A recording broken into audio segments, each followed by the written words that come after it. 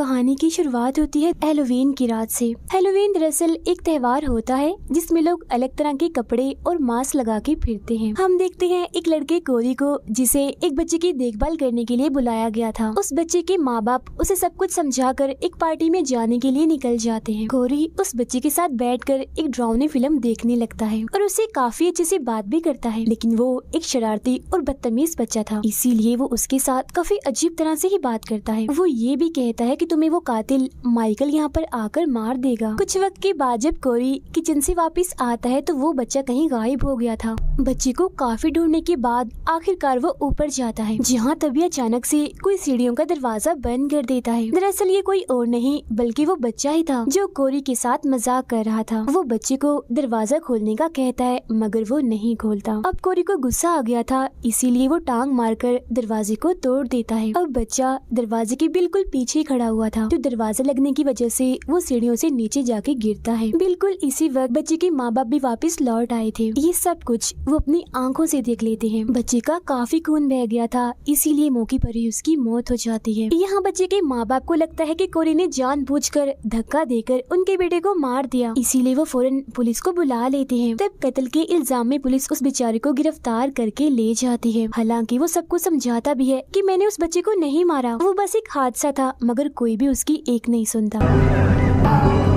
इसके बाद हमें कहानी में 3 साल बाद का वक्त दिखाया जाता है, जहां अब हमें बताया जाता है कि एक पागल कातिल जिसका नाम माइकल था, वो 4 साल पहले जेल से भाग निकला था। उसने एक शहर में तबाही मचा दी थी और पता नहीं कितने लोगों को मार दिया था। माइकल दरअसल लोगों को इसीलिए मारता था क्योंकि उसका ज़हनी तवाज़ुन बिल्कुल भी ठीक नहीं था और शक्ल सूरत से भी वो खास अच्छा नहीं था, इसीलिए वो हमेशा ही मास्क लगा के रहता था। तो इसीलिए सारी सूरत हाल से तंग आकर वो हर दूसरे इंसान को मार दिया करता था। और यही वो कातिल है जिसके बारे में बच्चे ने कोरी को कहा भी था। जिन लोगों को माइकल ने मारा था उनमें एक औरत जिसका नाम लॉरी है, उसकी बेटी भी शामिल थी। अब उस दिन के बाद से माइकल को किसी ने भी नहीं देखा, मगर 4 साल गुजर जाने के बाद इस शहर में माइकल की दहशत आज भी फैली हुई है। अब हम देखते हैं उसी औरत लॉरी को जिसने सब कुछ भुलाकर एक नई जिंदगी की शुरुआत की है। उसने इसी शहर में घर लिया है जहाँ वो अपनी पोती के साथ रहती है। अक्सर वो एक ऑफिसर से मिलती रहती है क्योंकि दोनों ही एक दूसरे को पसंद करते हैं। जिस टाउन में वो रहती है वहाँ के लोग लॉरी को पसंद नहीं करते, अक्सर उसे बातें सुनाते रहते हैं क्योंकि उनका मानना था कि माइकल ने जितने भी लोगों को मारा है उन सब के पीछे लॉरी जिम्मेदार है। इधर ही हम एक डरी सहमी औरत को भी देखते हैं क्योंकि ये दरअसल 4 साल पहले माइकल का शिकार बन चुकी थी और उसने इस औरत के गले में एक ट्यूबलाइट घुसा दी थी, मगर किसी तरह ये बच गई। यही हमें बड़ा सा पाइप दिखाया जाता है जिसका रास्ता मेन गटर तक जाता है और माइकल पिछले 4 सालों से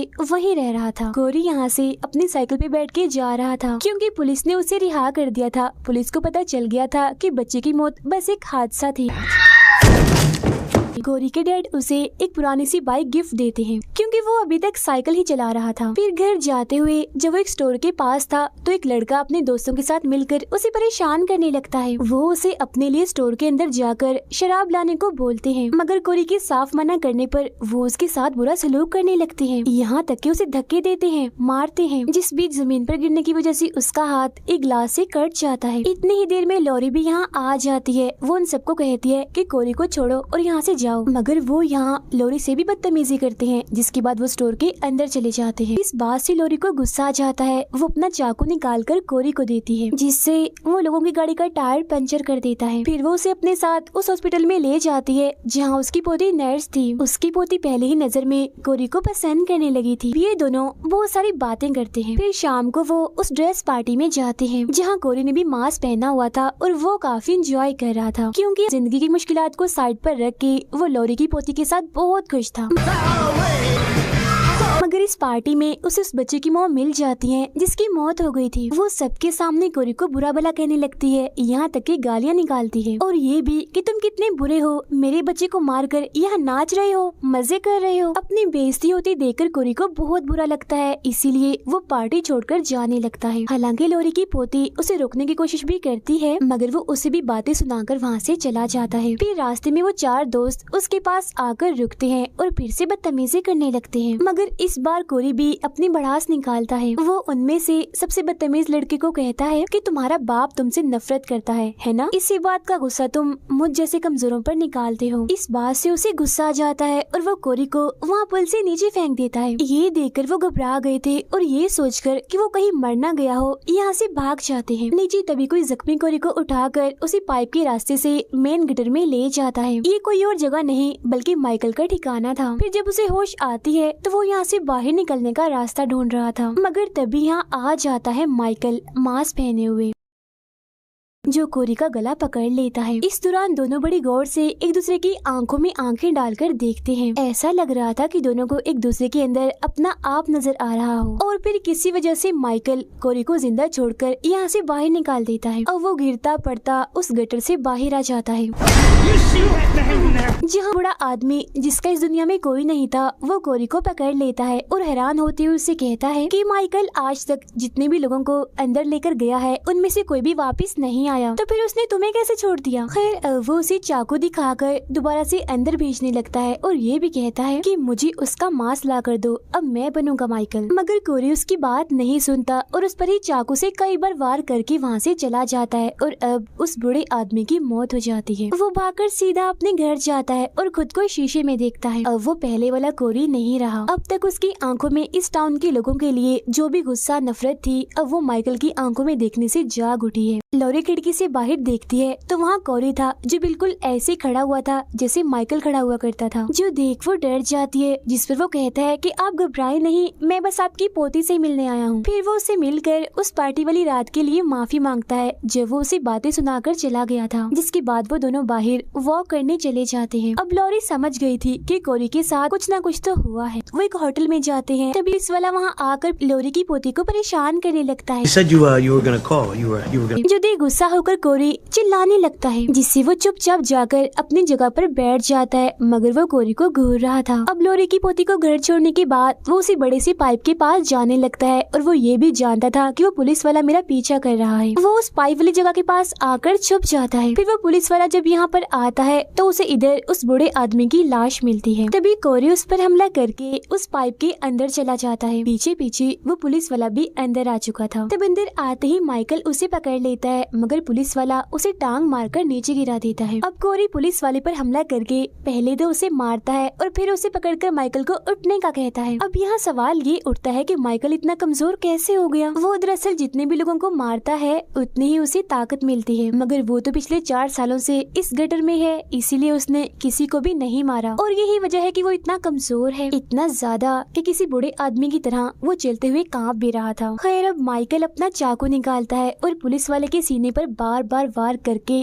अपने ही स्टाइल में उसे मार देता है, जिससे उसे थोड़ी बहुत ताकत मिलती है। अब ये देखकर कोरी भी सीख गया था कि माइकल कैसे लोगों को मारता है।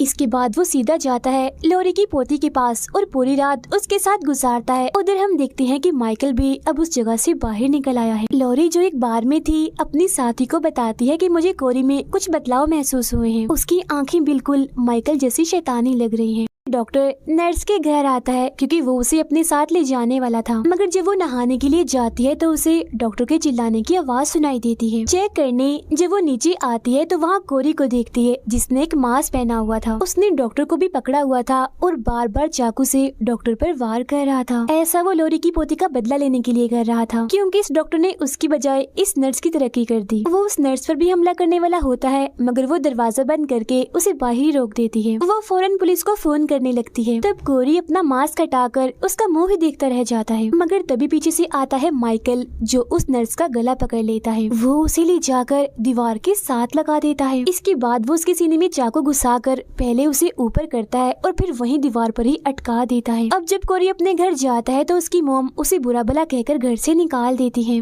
Get out of my house! इसके बाद कोरी उस घर में रात गुजारता है जहाँ उस बच्चे की मौत हुई थी। सुबह जब उसकी आंख खुलती है तो वो अपने सामने लॉरी को पाता है जो उसे कहती है कि तुम मेरी पोती से दूर रहो, यही तुम्हारे लिए बेहतर होगा, क्योंकि मैं जान गई हूँ कि अब तुम एक अच्छे इंसान नहीं रहे। मगर वो यहाँ साफ साफ धमकी देते हुए कहता है कि अगर वो मेरी ना हुई तो बहुत बुरा होगा। अब ये सुनकर लॉरी को काफी गुस्सा आ जाता है और वो यहाँ से चली जाती है। इसके बाद कोरी लॉरी की पोती को कॉल करता है और झूठ बोलता है कि तुम्हारी दादी ने मुझे जान से मारने की धमकी दी है, इसीलिए हम आज रात ही इस टाउन को छोड़कर भाग जाएंगे। मगर जाने से पहले मैं उन सब लोगों के साथ हिसाब बराबर करना चाहता हूँ जिन्होंने मेरी जिंदगी को अजाब बनाया हुआ है, मेरे साथ जो गलत करते हैं। अब क्योंकि आज हैलोवीन था, इसीलिए वो सबसे पहले माइकल के ठिकाने पर जाता है, जहाँ वो उससे लड़ता है और उसका मास्क छीनकर वहाँ से बाहर आ जाता है। जिसके बाद माइकल अपने ही स्टाइल में उठता है, जो देखकर साफ साफ लग रहा था कि उसके अंदर का कातिल भी अब जाग चुका है। लोरी की पोती